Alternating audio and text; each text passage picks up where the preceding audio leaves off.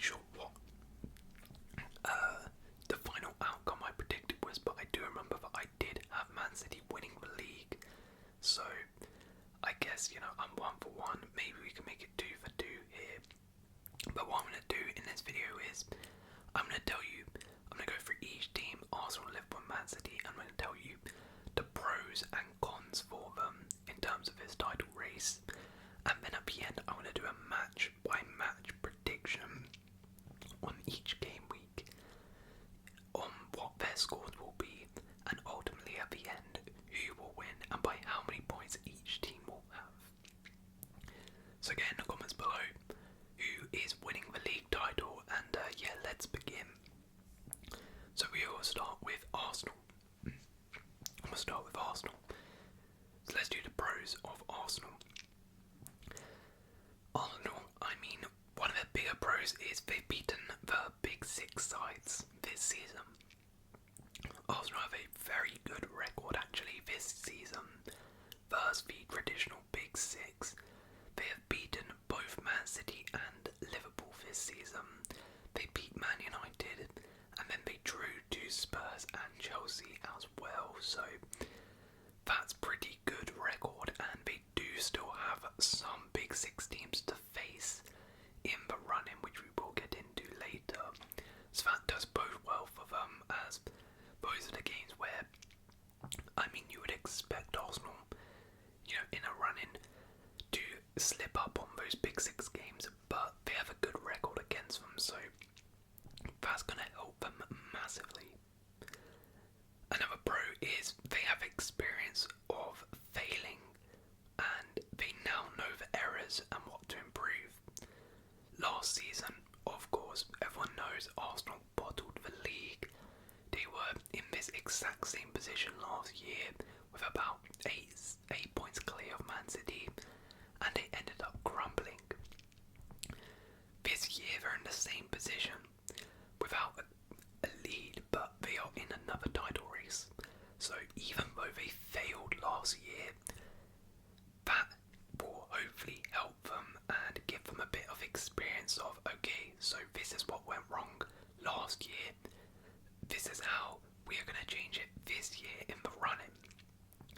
And I do think their mentality does seem stronger, because you saw they recovered from a bit of a mid-season crisis around December time where they lost like 3 in a row, but they've bounced back and are back in the title race, so it shows how strong they are. And yeah, hopefully for Arsenal fans, they can use that sort of heartbreak from last year as fuel in this run-in.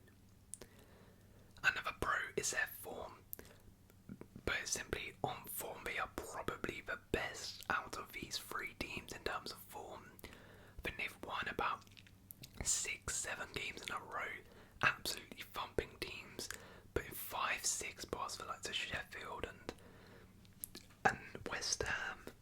So going into this, they are the ones on fire, on form, although we'll see how the international break either disrupts that, or if it can continue that after the international break. Goal difference is also a positive. It is the best out of the 3 teams. Man City likely won't catch their goal difference. Liverpool maybe, but as of right now, it seems like Arsenal will finish with the best goal difference out of the 3 teams, which could potentially be title deciding, as it's so tight it could go down to goal difference. So having good goal difference is definitely a bonus for Arsenal. Arsenal don't also have any injuries. Besides the long-term ones such as Timber and Partey, who have been out for pretty much the whole season, everybody else, to my knowledge, is back and ready and fit. I know Bukayo Saka has pulled out the England squad, but I think that was more precaution rather than anything serious. So, unlike the others who we'll get into, they are missing a couple crucial players, whereas Arsenal right now have a fully fit squad, pretty much, which is going to be very helpful, because we saw last year when they didn't, they had the likes of Saliba missing in the run-in, things collapsed.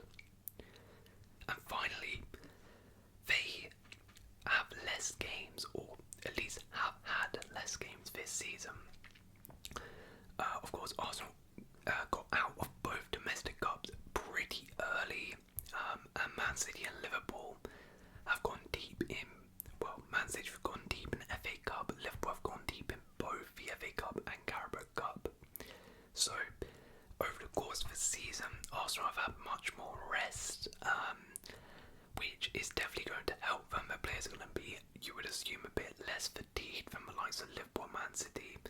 And also compared to Man City, they have a little less games to play for the rest of the season. You could also maybe make the argument that Arsenal are maybe not expected to go, I guess, deep in the Champions League. Like, Man City are the champions and holders of the Champions League, so they're going to be trying all they can, and they've got a pretty grueling tie against Real Madrid.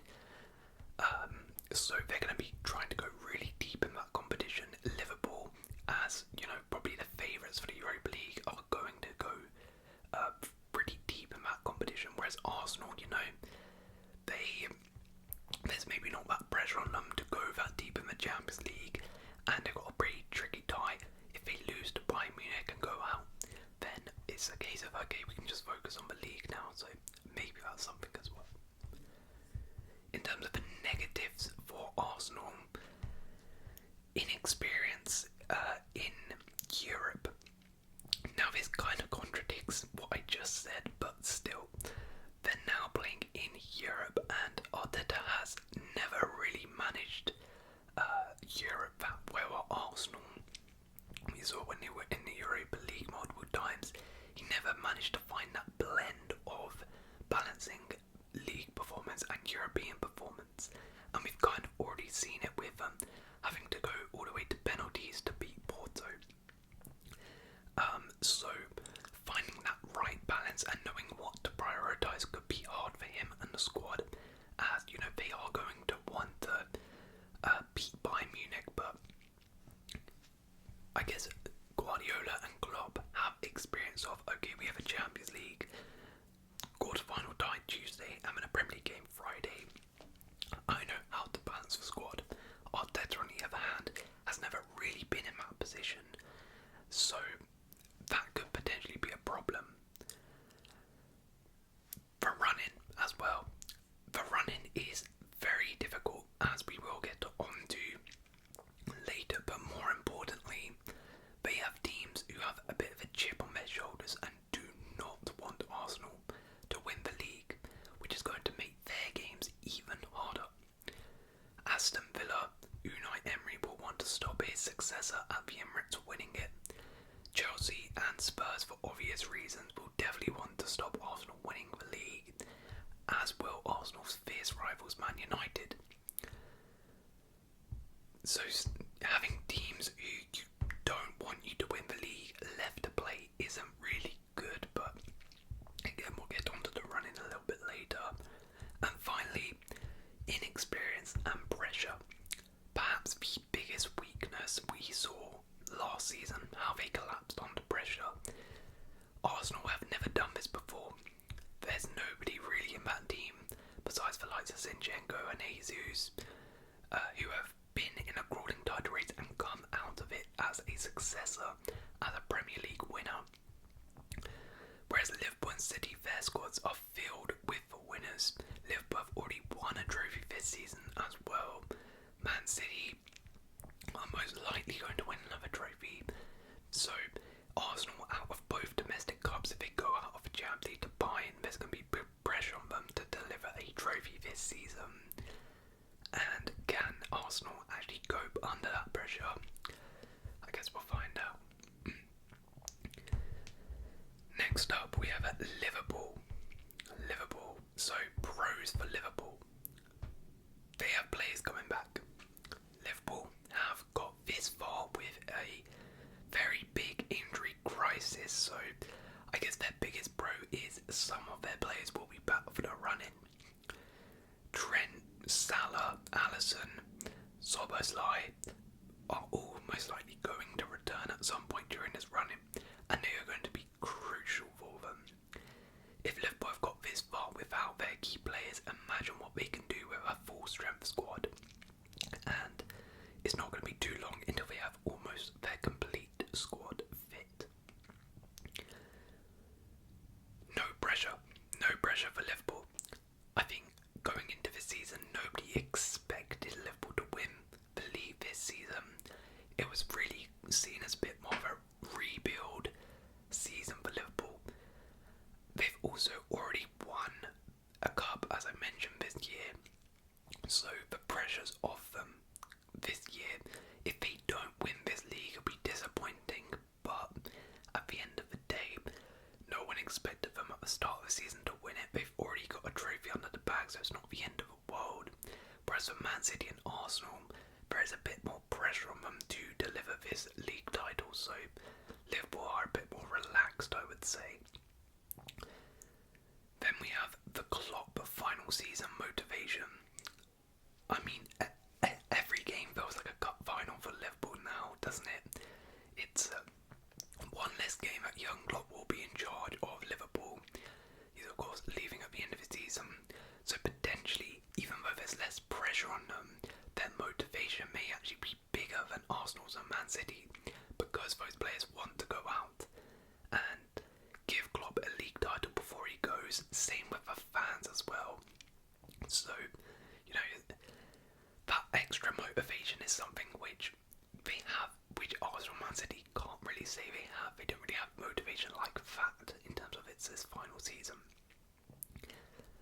Late goals. Liverpool have scored by far the most amount of late goals and goals off the bench this season, which is crucial in a title race, as Liverpool are a side who are never done until the final whistle.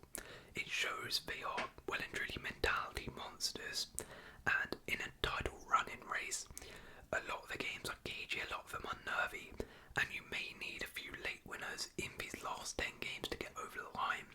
So, knowing that Liverpool do that well, they have weapons off the bench as well to change games.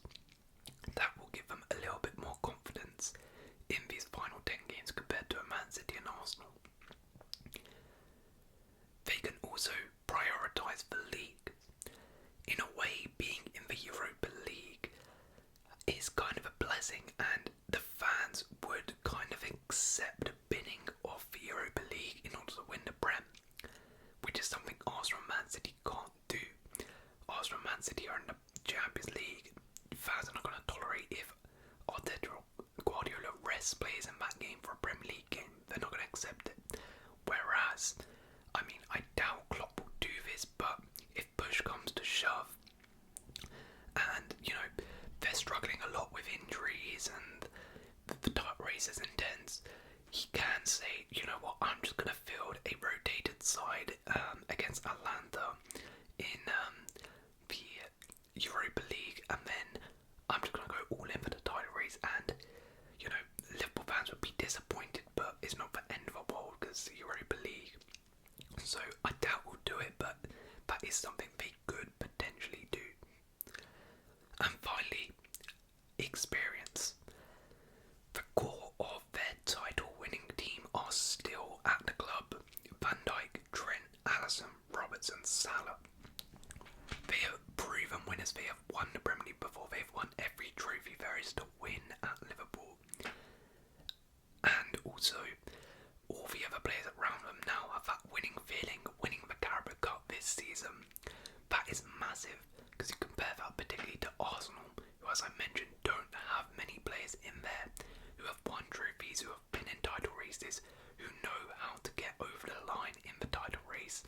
And of course the manager as well, Klopp, has done this multiple times, so that experience factor is going to be very, very crucial. Now, in terms of the cons for Liverpool, not beating the Big Six. In terms of the traditional Big Six, Liverpool have only beaten Chelsea this season, which is not good at all. And, you know, Chelsea are mid-table side, so even that is pretty poor. And that's not good because they still have to play some Big Six teams in their last 10 games. So those are games where, I mean, looking just based on their record, there's a high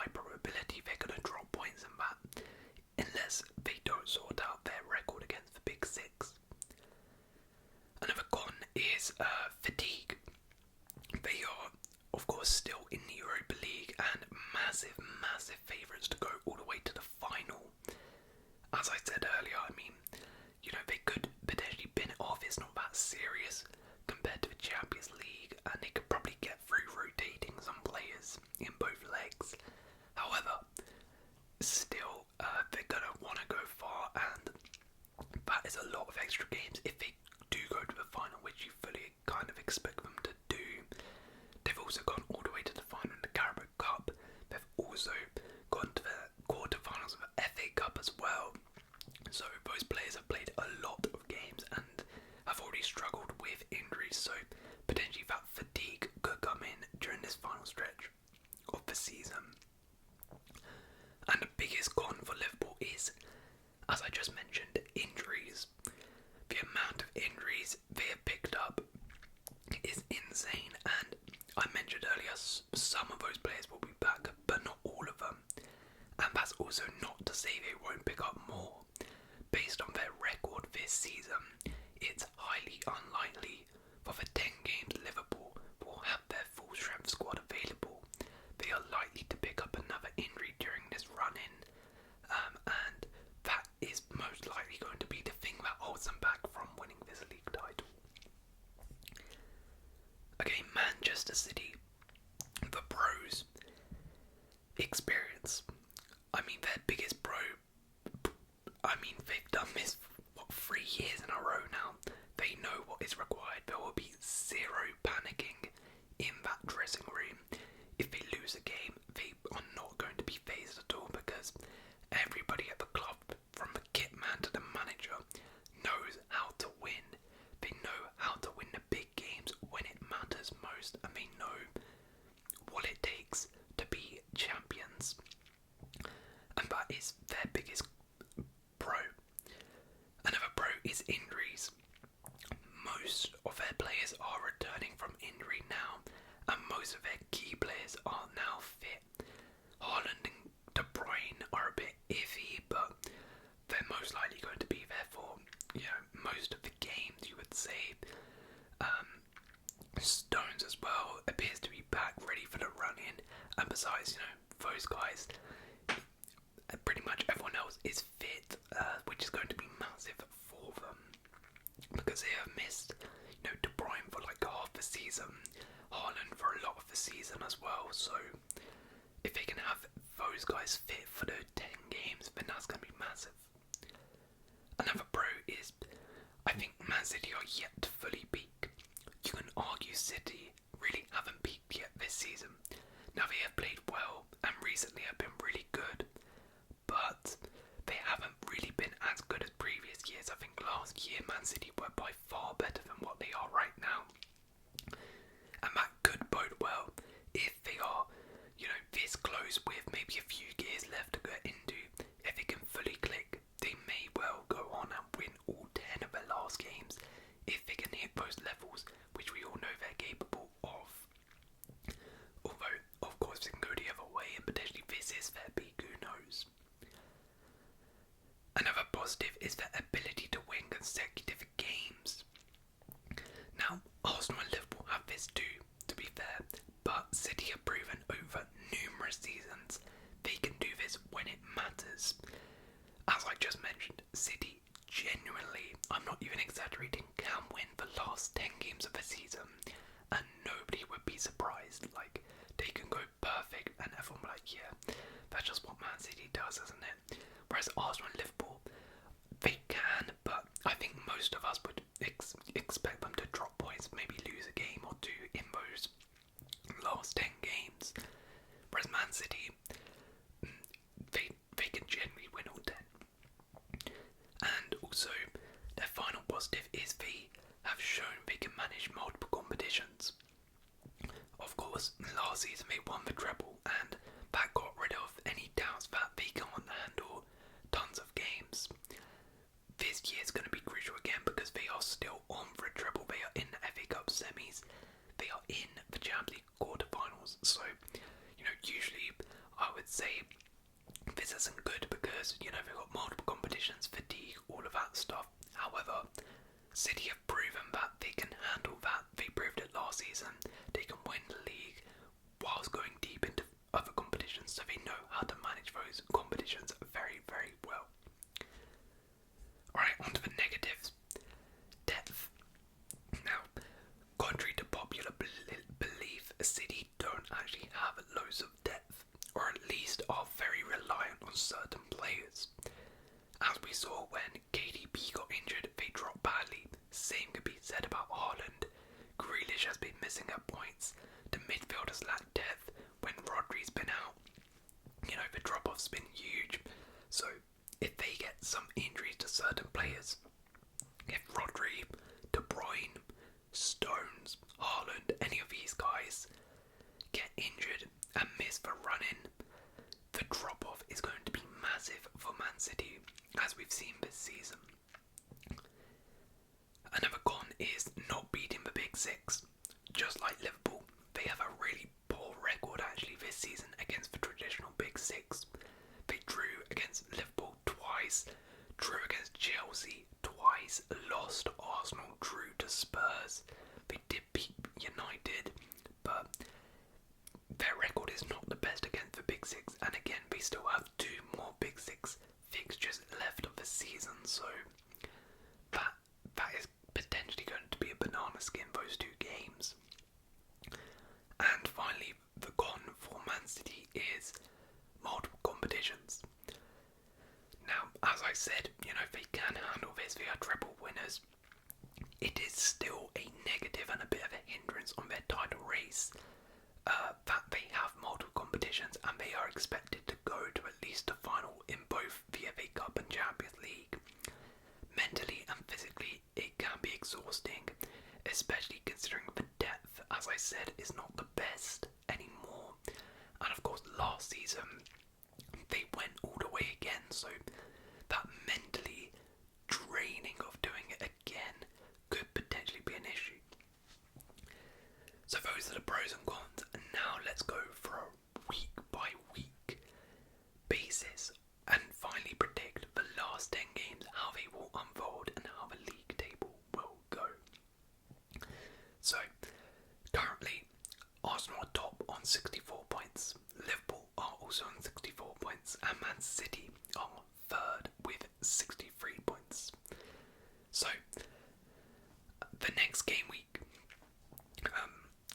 is Arsenal versus Manchester City at the Etihad, and this is huge. Now, an Arsenal win psychologically will be huge, and while it may not mean they win the league, for me, I think in terms of a psychological blow it would do on Man City as well. I think if Arsenal were to win that game, Man City would be done. I think they'll be out of the title race pretty much. But I don't think Arsenal will win. I think at best Arsenal get a draw, and I think that definitely could happen. However, as I mentioned, you know, City, they know how to do this, they know how to get the job done. Arsenal don't have a good record at the Etihad. I do think City get the win.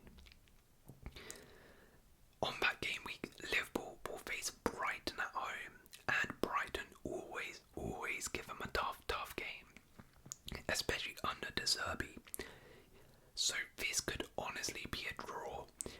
Like, it could be a banana skin here for Liverpool, sorry. But at home, I would back them just about to get the win. So after those results, Liverpool will go top with 67 points, Man City will go second with 66, and Arsenal will drop to third with 64. The next week, Liverpool at home to Sheffield United, which is a guaranteed win. Arsenal are at home to Luton, which, again, it's not as guaranteed as Sheffield, but they should win that. And then Man City are at home to Aston Villa, which is very, very tough. However, Villa, you know, they don't travel that well. They have fallen off a little bit recently. You know, off the back of a big win against Arsenal, I would say Man City just about win that. Just about. So, nothing changes. Liverpool on 70 points, City on 69, and Arsenal on third with 67. Game week 3. City go away to Palace, which could be a potential banana skin. They are playing well under Oliver Glasner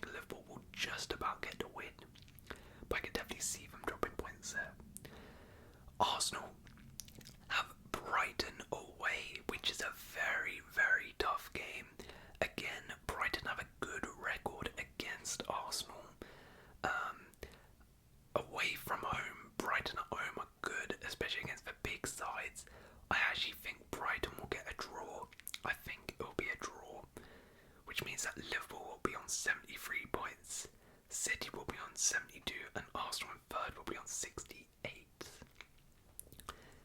Game week 4, Arsenal are at home to Aston Villa.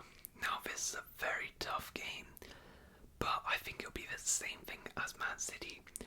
It's a tough game, but Villa don't travel good away from home. They'll make it tough, but I think Arsenal, they're good at home. They'll just about get the win. Liverpool have Palace at home, which should be a comfortable win. City have Luton at home, which will be an easy win. So, again, nothing changes there. Game week 5 though, Man City have Spurs away. Now, we all know Man City always struggle at Spurs' stadium. However, they did win there this season already in the FA Cup, but that was a nervy win. I do think Spurs will get a draw. I think it'll end a draw. Liverpool have Fulham away, which is actually a very tough game. Fulham gave them a hard time in the Carabao Cup semi-finals and to have a good record versus Liverpool. But I think Liverpool will just about get that done. And then Arsenal have Wolves away, which is a very, very tough place to go because Wolves at home have taken points off some big teams. They've beaten Man City at home, beaten Chelsea at home, beaten Spurs at home, I'm pretty sure, as well. So that's a very tough place to go, and I think it'll actually end a draw. So, at the end of game week 5, it'll be Liverpool up top with 79 points, Man City will be 3 points behind on 76, and Arsenal will be on 72. Okay, game week 6. So, Arsenal are in the North London derby. Now, the Spurs are going to be so up for this. Spurs will be in the top 4 race themselves, and of course won't be wanting to help Arsenal in a title race. They rarely win at Spurs Stadium as well. But I think Arsenal get a draw. I don't think Arsenal lose this game. I think they'll get a draw.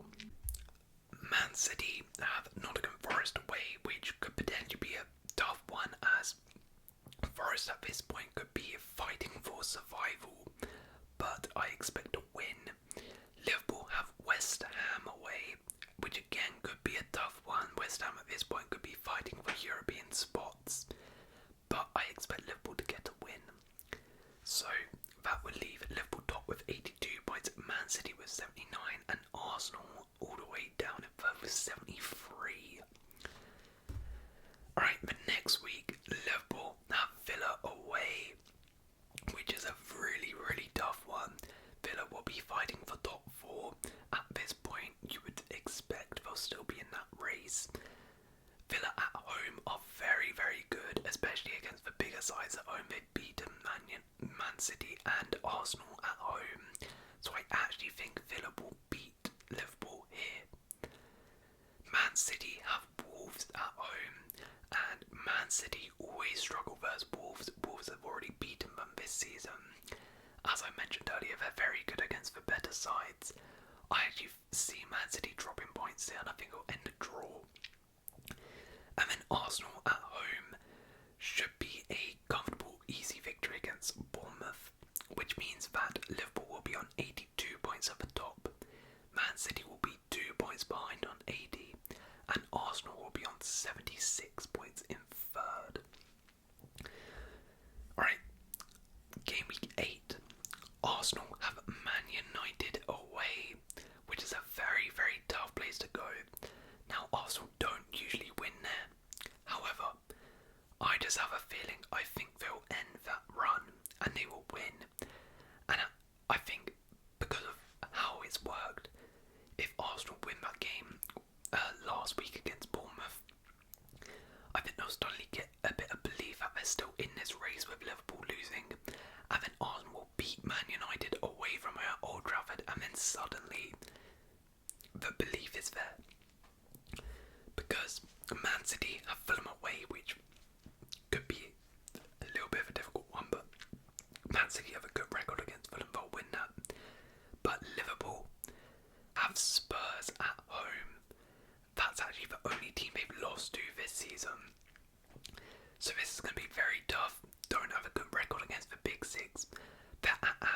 so I don't think they're losing, but I think they're drawing.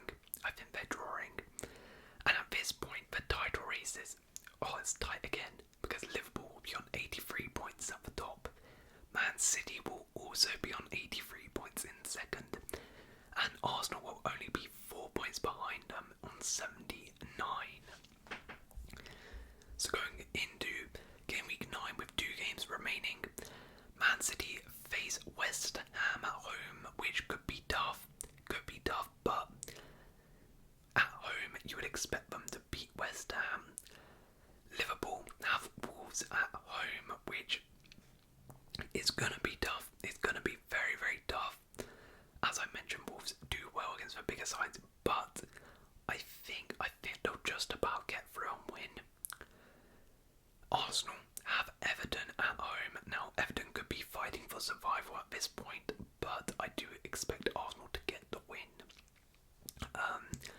Which means nothing changes going into the final game of the season, where Liverpool will be on 86 points, Man City will also be on 86 points, and Arsenal will be on 82, so at this point, Arsenal will be mathematically out of the title race, unfortunately, but this is also subject to change because of the fixtures schedule, but as it stands, Arsenal will be playing Chelsea at home on the final day, but at this point, they'll be really playing for pride, but they'll most likely win that.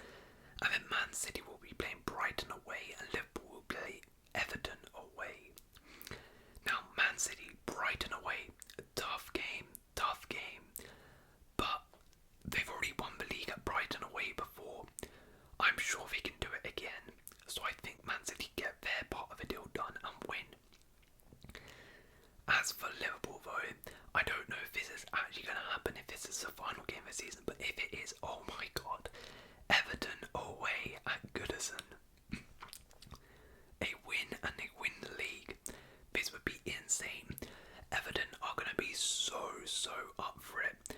Everton at this point also could be fighting to stay up as well, or they may already be safe or relegated, which I think is even worse for Liverpool because all they're going to be playing for is just to beat Liverpool. But Everton are going to be so up for it. Liverpool away from home at Goodison. Record's not amazing. So I actually think it'll end a draw, meaning that Everton on the final day of the season stop Liverpool winning the league. And it ends Man City top of the league with 89 points. Liverpool in second place with 87 points. And Arsenal in third place with 85 points. So that is my title race prediction. What is your title race prediction? Hopefully it's going to be a good one. We will of course cover the games in our game week reviews, so make sure you stay tuned for that. Hopefully you guys have enjoyed this video, and if you have enjoyed, please leave a like, consider subscribing, and I'll see you in another